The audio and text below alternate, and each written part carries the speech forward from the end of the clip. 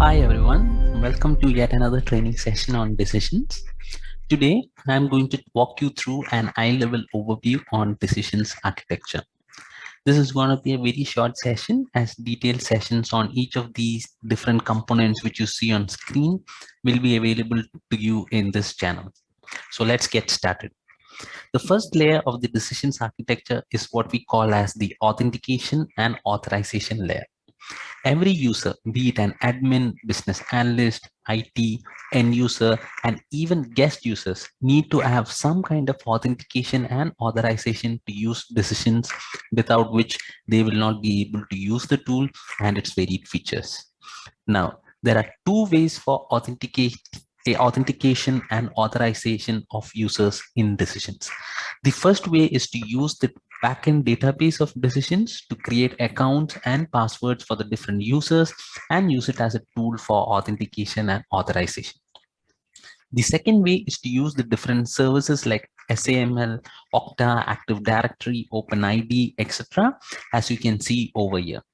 I'll quickly jump into my decisions instance and show you what I've just explained. So first, I'm going to show you how we can use decisions backend database for authentication and authorization. So for that, I'm going ahead and creating a new account for a user. And when I try to create a new account, decisions ask me to provide a username for that particular user. I'm giving it a username, and then I'm giving a password. Since all the other fields are not a mandatory fields, I'm going ahead and creating this particular account.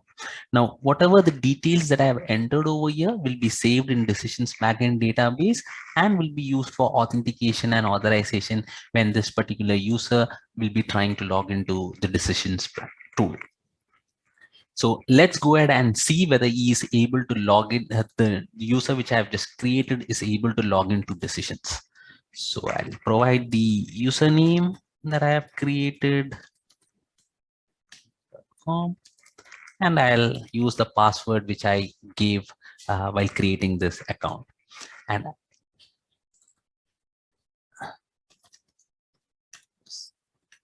try once again. Now, as you can see over here, that particular user which I have just created was able to log into decisions. Now, the second thing which I explained is how we can use the different out-of-the-box modules like SAML, Active Directory, OpenID, etc. for authentication and authorization of a user. So for that, I'll go ahead to my apps folder and go to this module session under that. And as you can see over here, there are different out-of-the-box modules, and inside them you'll be able to see Active Directory. You'll be able to see Okta, OpenID, all these different modules will be available to you. And once you go ahead and install them, you will be able to use its services for authentication and authorization of users. Now, detailed session on each of these different modules and how you can use them for authentication and authorization will be available to you in this channel. The next layer in decisions architecture is called the presentation layer. Now, decisions can be accessed via web application as well as via a mobile app. When an authorized user tries to log into decisions via a web application, he or she will be logged into either of the two experiences, either to the decisions designer studio or to the decisions portal. The decision studio is wherein we build all the different workflows, rules, forms, etc. And the decisions portal is where end users will be interacting with the different elements in the decision studio, built in the decision studio, like forms, reports, dashboards, etc. Now, you might have a question like whether all users will be able to access Decision Studio and modify the different elements that was built out. The answer is no. Only those users who has administrator privileges will be able to access Decision Studio. All other users will have access to just the Decisions portal. Again, I'll quickly showcase to you what I have just explained in my decisions instance.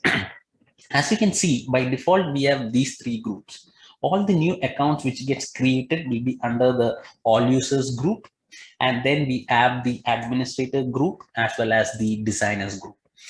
The accounts under designer groups will also have access to decisions designer studio. However, they will not have access to all of the features or folders under decision studio, unlike that of the administrators.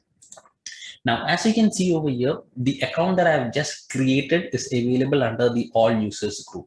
And that particular account doesn't have administrator rights, nor does he have the designer rights. So let's go ahead and verify whether this particular account has fully the portal access once he or she logs in. So trying to log in as the user, entered a wrong password. Let me retry it once again.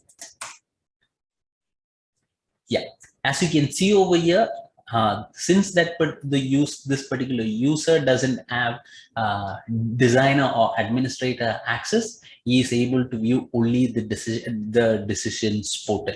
Yeah, all the different assignments, the dashboards, the pages, the reports, etc., will be available to him in this folder tree over here, and he won't have access to decisions designer studio.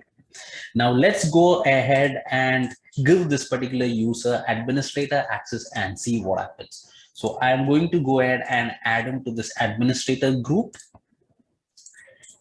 And now, as you can see, that particular account has been added to this administrator group. Now let's go ahead and verify that this particular account now has access to decisions designer studio. So I'm logging in as that user once again. Again, I made a error in my password. Let me retry it once again.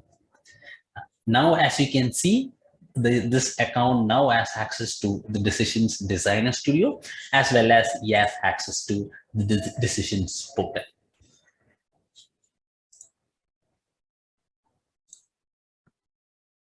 The next layer is the application layer, wherein we have the Decisions platform.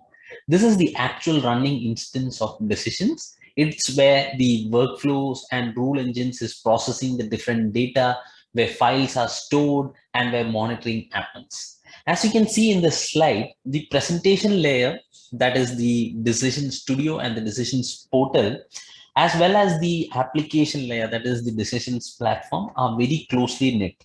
This is because the Decision Studio and the Decision Studio and portal is part of the Decisions platform through secured services. It is through the Decision Studio or platform that we call or use the Decisions platform. Next, we have the data layer in the backend.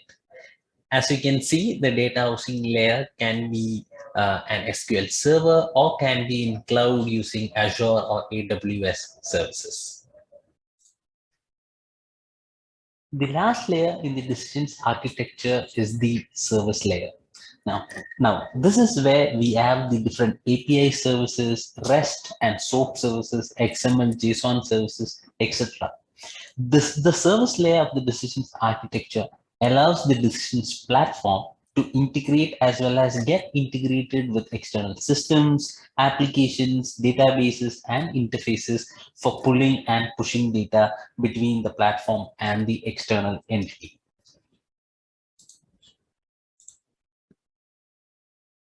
Like I said in the beginning of the video, the intent of this session was to give you an high-level overview of the decisions architecture. And what you see on screen is just a representation of a typical architecture and overview of an install of decisions. And like I said, if you wish to learn more on any of the different components that I talked about in this call, in this video, sorry, you will be able to find detailed session videos on them in this channel. Thank you.